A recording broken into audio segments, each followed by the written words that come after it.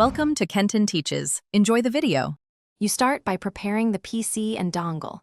Make sure you have administrator rights and note your OS version so you download compatible drivers.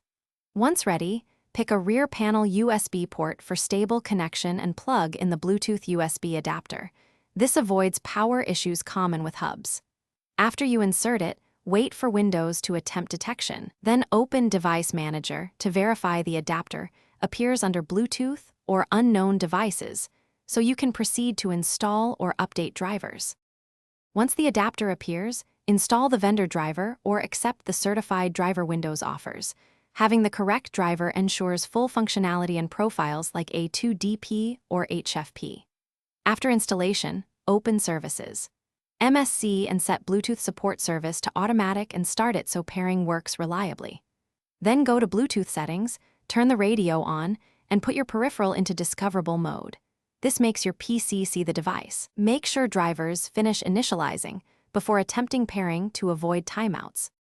Now pair and finalize the connection. Open Settings, choose Add Device, and select the correct profile, audio, mouse, keyboard.